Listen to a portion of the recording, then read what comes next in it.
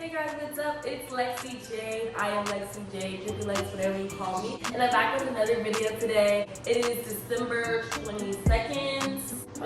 The day before Christmas Eve. It's Christmas Eve, Christmas Eve. So, for today's video, I wanted to actually talk about my December because this month I have been working. I just recently started this last trimester of the year. I started working in the nightlife. I started dancing, I started doing bottle service, everything nightlife, and I'm here to break it down to you, my experience dancing, but specifically as a bottle girl. I think I'm going to do a separate video for dancing when I'm more into it, but actually we'll talk about bottle service specifically because I've been seeing like so many people on social media talk about it, like what is it like, how much money they make and stuff like that. So I'm going to get into it, y'all, so let's go. And I hope you'll change. But look at what we made. Sure was beautiful. Now I lay it in a grave. Okay guys, so I want to say for the most part, I am from Ohio, so this is kind of the Ohio experience, which honestly, it's not great. It's not great. I mean, obviously it's better than a 9 to 5. I feel like nightlife will always financially be better than a 9 to 5, in my opinion. I've worked so many different jobs. I'm a manager, I've done food, I've done calling, I've done everything.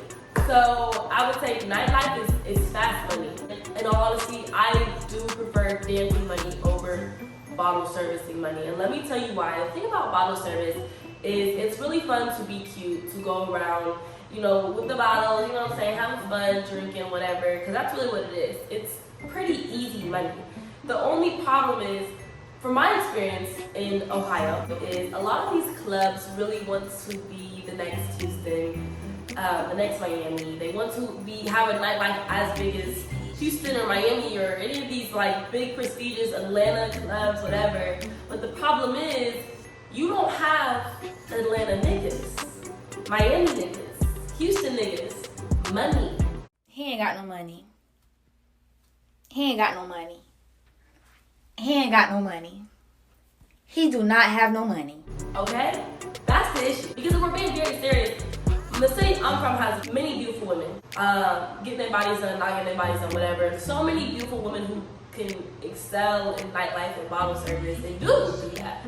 But, you know what I'm saying? You can have a great service, you can be pretty and, you know, love your job, but if the people who come in aren't coming in to pop bottles, they're coming in to look at the beautiful women, they're coming in to get shots, they're coming in to be seen, it's not paying no bills.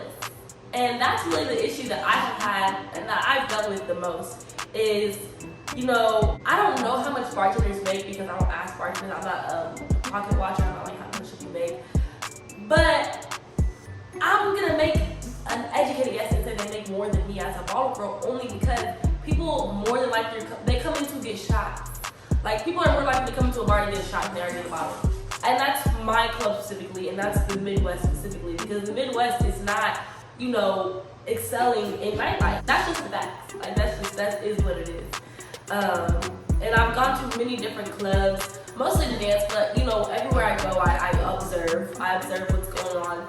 And it's the same thing everywhere I go. Like, people really don't want to buy bottles, which it's like, I'm not mad at it because, you know, you can go to the liquor store and get a bottle of Patron for $40 and then go to the club and get it for $275. Like, it's a big difference, and I understand that. But I'm telling you, in the Midwest, the bottle service stuff is just not it. It's not.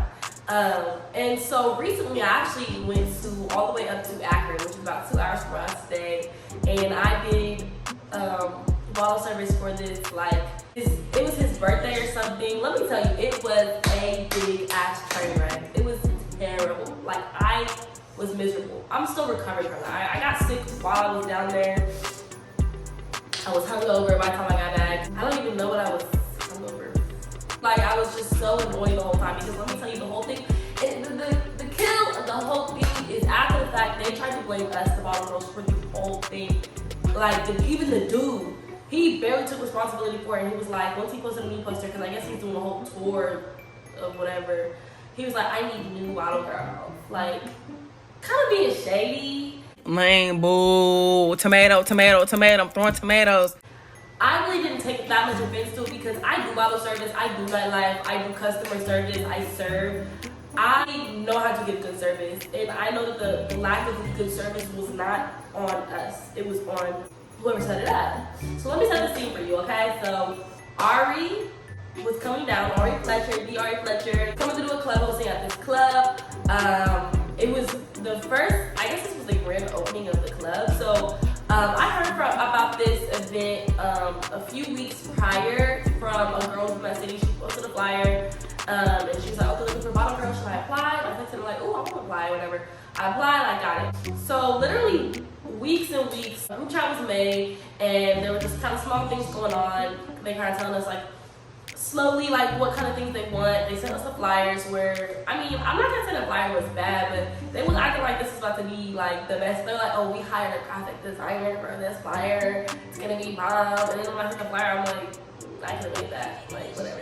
But anyway, like they were giving us information just a little bit by a little bit by a little bit. So then a few days before, so it was supposed to be on a Sunday. The Wednesday before, we're supposed to have a meeting. So we told them at the time, they already knew, like, we're not from this city, so we were just like, "Hey, we're not gonna be there." And they're like, "Okay, well, we'll call you in. We'll just like do a FaceTime call, we'll go over everything, you know, sections and stuff like that." Sections are already all completely sold out. Me and my sister were, I didn't even get a chance to tell sections because everything sold out literally like the day after, like within days, everything was sold out. This was not our city, so I guess everyone did that's what they do. They just go crazy with the sections, like period. And Ari was coming, so it makes sense. So anyway, when Wednesday came, nobody called us. Like, we didn't hear about anything. We texted them like, "Hey, you guys gonna call us?" And then I think it was either the next day or even later. I don't know if it was later that night or the next day. They were like, "Oh, well, there was still construction going on, so we didn't get a chance to call." And I'm like, "Construction?" Like, I'm just like, y'all niggas still building this place? Like, I didn't realize it was going to be the grand opening of this club. So it was. So again, we really didn't get a lot of information because we missed the FaceTime call. They didn't call us, whatever. So it was like, we're like, "Okay, can you get some information? Like, what time am I supposed to be there?" I ended up texting the promoter himself. I sent to the group chat. The promoter was like, "Oh, well, they should tell you what time you're supposed to be there," which I think is going to be this time. And then the group chat was like, "Hey, tomorrow at this time, we're going to send the information." It rolled around, they didn't send information. So everyone was like, question mark, whatever. They sent it finally, but the only information was be here at this time. Like, that was the big unveiling of information that they were trying to give us, whatever. A few days later, it's Sunday night, you know, my sister and I, we have our outfits, we drove up here, we get to the place, it's like 9:30 on the dot, and we text them like, "Where should we park?" And then someone in the group chat is like, "Come to this place." And since it's the location of some Italian restaurant, "Come here. He's having a birthday dinner. Come here instead." I'm like, okay, this is very unprofessional, but whatever. We don't know anybody, so you feel me? We just go. We show up. It's like the dude's having like a whole ass birthday party before this whole thing. Then mind you, this is his party. Okay. We get there. Everyone's like, "Hey, what's up?" Honestly, it was a big waste of time. Like, I didn't know anyone. I ended up getting to know the bottle girls. We ended up leaving around 10:30. We got there to the event. And I just want to say, the only reason I did this was to meet Ari because I love her, and that was really the only reason I wanted to do this. And bottle service is very easy. Like, that's the thing. Bottle service is super fucking easy, especially when you get into a club that's already established. You already know what they're doing. If you don't even have to sell, if you don't sell sections, if you don't sell bottles, it's cool, whatever. It's pretty easy. I will say selling bottles is how you make your money. But anyway, so we get there.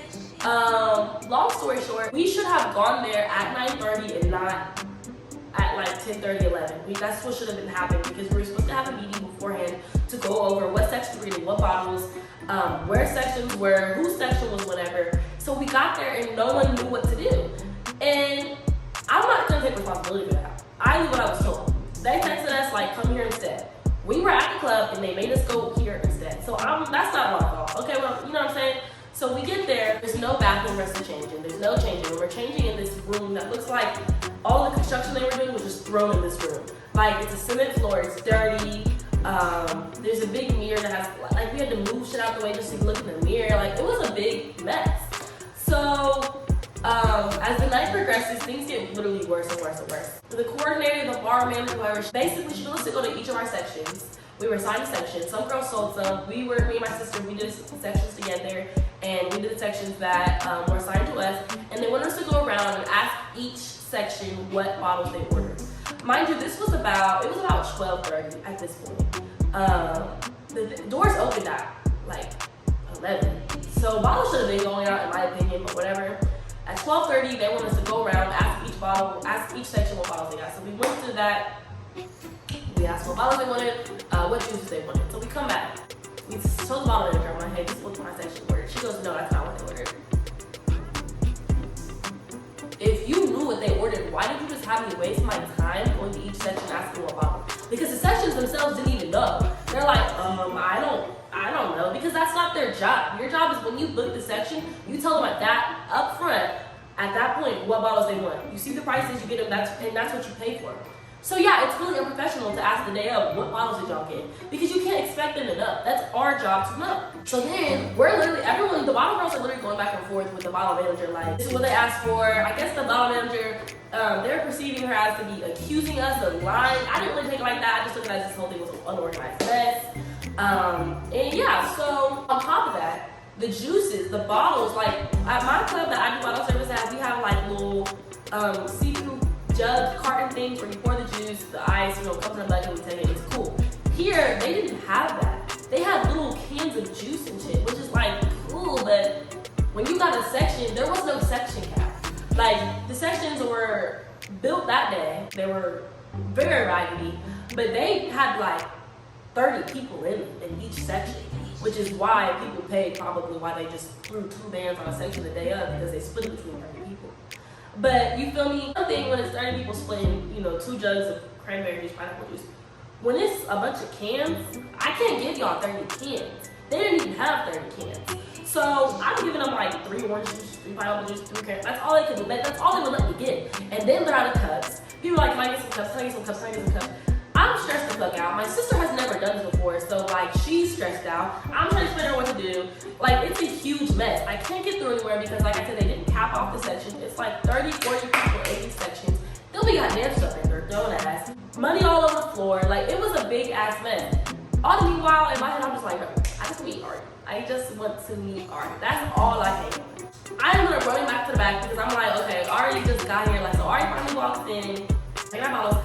Also, I'm the only one without a whistle because what bottle girl don't have a whistle? None of these bottle girls have a whistle. We also didn't have any signs. They said we're gonna have signs, we got signs. You know the signs were like, oh, she got money, happy birthday, whatever. No signs, but I had a whistle. And we have like 6 sparklers in total. Like, the other sections we didn't get to take sparklers to because they were so not prepared, y'all. That's what I'm trying to help y'all understand. No preparation at all. So anyway, we're taking the bottles. I got my whistle, whistling. I'm so happy I brought my whistle because it just made me feel like a step above, what I'm saying, a little more prepared than everyone else. But anyway, so I'm acting like, you feel me, this is my section. So we got the bottles off, you know what I'm saying, shake some ass, you know what I'm saying. And then I'm like, to the manager, I'm like, so, what you guys ordered, So we go to what they asked for, a big jug of stuff, come back, and, I'm like making data sets, gotta linger a little bit longer, so I'll make her clean up and stuff. And I walk to the manager like, so I gotta put you with Ari? Like, and he's like, yeah, got you. And I made sure to ask him directly, okay? I made sure to ask him directly. So we cleaned up, we left, we came back. He's like, okay. Mind you, at this point, this is like later in the night, like these sections are kind of really angry at us because like it's a mess. Like, some of them have, I don't know if I brought them the right bottles. Like, I'm literally just doing what I'm told. I brought them their juices and stuff. People are complaining. I don't know what to tell y'all, okay? I'm doing what the fuck I was told. And like I said, the only thing I care about is Ari. So we get to the section. It's like, I'm gonna be real. At this point, she had a lot of guests in her section. All the bottle girls seeing me. They trying to get pictures. So they all lined up too. I was worried about knowing what me and my sister. So I take my sister her pictures. Ari, by the way, so sweet, so cool. She was really all night passion. Shout out to everyone. So her manager, whoever, he tipped me and my sister. I don't know if he tipped everyone, but he definitely tipped me and my sister very nicely. Definitely the most money I made all night was just from her section alone. We got our pictures. Why as soon as I posted my sister, the promoter, want to be like, that's why you can't work for me again. Like, he's behind us. I'm like, see, you can't work for me again. This is, and I'm like, what are you talking about? He's like, it's a whole if you guys take pictures, everyone gotta get pictures. And I'm like, I don't care. I already talked to the manager, said I get a picture. I don't care what none of y'all talking about. I can't really get my picture with Ari, okay? I got it. Got my picture, did. Ari was cool as fuck. You know how when you meet a celebrity, you wanna get the best picture, okay? We got a really good picture, but I was a little salty because, I don't know, her and Dave's pictures were better, but she was just funny because you know how she looked at pictures, like, because I guess she didn't like the way her hair looked on one side, so she wanted to do this side, and I'm like, that's my good side, and she said, this is my good side, and I was kind of like, and she just like really just turned me around and said, okay, that's the stomach cover picture, but she was, like I said, she was cool as fuck, she was very sweet. I really didn't think she was going to take the picture with me because when I asked the manager and I saw the manager ask her, that one song by, well, you know what I'm talking about, she's like, she kept singing that when he was asking, so he was like, I could see him asking, and she was like, and I'm like, please, sis, take a picture of me, like, I just wanted a picture, you know what I'm saying? Yeah, so that was that specific experience. At the end of the day, what I've learned about working in nightlife is shit is not what it seems at all. I did bottle services one night for this girl. She's like an up-and-coming rapper, and she was in my city or whatever. And that was my first night doing bottle service, and it was terrible. I literally made no money. I made probably $80, and most of it came from serving, like just like getting drinks from people. The celebrity who came in did not tip anybody. She didn't get real bottles, which it's like, I understand now why would she pay for bottles if she's being paid to be there, but again, she didn't tip anyone. And it's like, it's not like you should expect a tip out of a celebrity, but it's courtesy, right? Like, I mean, you come in, you see us doing, I don't know. To me, it's just courtesy. Like, I don't know. It's courtesy to tip your bottle girls wherever you go. Like, and then the thing too is a lot of these promoters, like, this is what a lot of people don't know too, promoters will give out free sections. Like, because they just want to bring people in. A lot of promoters get comp bottles, and this is not shade to anyone, y'all, I swear to God. It's not being shady, I'm just giving the real. People will get comp bottles, which means they get the bottles discounted, which means they don't got a tip if they don't want to. And if they're also giving out sections and giving out bottles to other people, everyone don't got a tip. So you could be taking out 10, 12, 15 bottles in one day and might only get tipped off of 2 bottles. And another thing that I've come to realize is, when I said earlier, you have to sell bottles to make your money. A lot of times though too, people, like, in my experience, there was times where people won't necessarily know a specific bottle girl, and they'll come up to like the bottle manager, like, I want to buy a bottle. The bottle manager will just be like, text like the bottle girl group chat, like, someone come back here, and it's like literally, it's a competition of who gets back there the quickest, or who runs up to her the quickest. And it's like, I didn't know that, so when she would text them like bottle goes to the back, I would run to the back and I would sit back there and I'm like waiting for someone to come up to me. The whole time I'm supposed to come up to her, and I was missing out on a lot of money. So what I've learned the most is I don't mind bottle service, but I don't think I'm going to be doing it in this city for very long. Only because, like I said, Midwest is not the same as down south. It's called the Midwest because every single thing in it is me. Like, people here do not like popping bottles like they do in, you know, cities that are popular for their nightlife. The city I'm from, it has nice nightlife compared to at least where I grew up, but there's not a lot of money here, and that's not shade. That's just the facts. That's just the facts. Which is why I like dancing better, because dancing is fun, it's easy money, you don't gotta do too much, and yeah, I really enjoy dancing, and I'll probably make a video about that pretty soon. I actually want to get a pole in here. People can say what they want about dancing. You, like I said, you don't gotta do a lot if you don't wanna do a lot. I like being good at something. I've never been good at dancing. If you ask me and my friends, I could never dance, so it is really fun to like see myself getting good at something. I've never been athletic, and suddenly like, people are like, oh, you have such an athletic body. I'm like, oh, really? Okay. I never thought so, whatever. But yeah, guys, so that is my experience doing nightlife. Like I said, it's different for everyone. My sister had a terrible time, and she made it clear to me she never wants to do that again. But that also has to do with the fact that she herself, she raps, and she wants to be the one getting paid to be in the section, which I get. I'm the same way. I want to get paid to be in the section. But me personally, I'm doing it a different route. I want to start off working at nightlife and I'm at this point in my life, I'm just trying to do everything. I'm trying to try everything to see what I'm good at, to see what I can excel at, and to see where I can make money at. That's what I'm doing. My sister's doing something different. You know what I'm saying? Bottle service is not for everyone. It's really not super hard. If you're pretty, if you're personable, and you're in a city that has a good nightlife, you can jump right in. But again, certain cities, it's not a lot of money to make, and that's just a fact. So yeah, thanks so much for watching, guys. I'm gonna have another video coming soon. Thanks for the support. Merry Christmas. Hopefully this is being posted before Christmas. If not, Merry belated Christmas. Happy New Year's. Hopefully I get a video out before New Year's. If you guys are not doing anything, go binge watch my other videos. Once again, thanks so much for watching and supporting, and check out my latest video where I get ready with you guys. And yeah, thanks so much for watching, guys. Bye. And I hope you change. But look at what we made.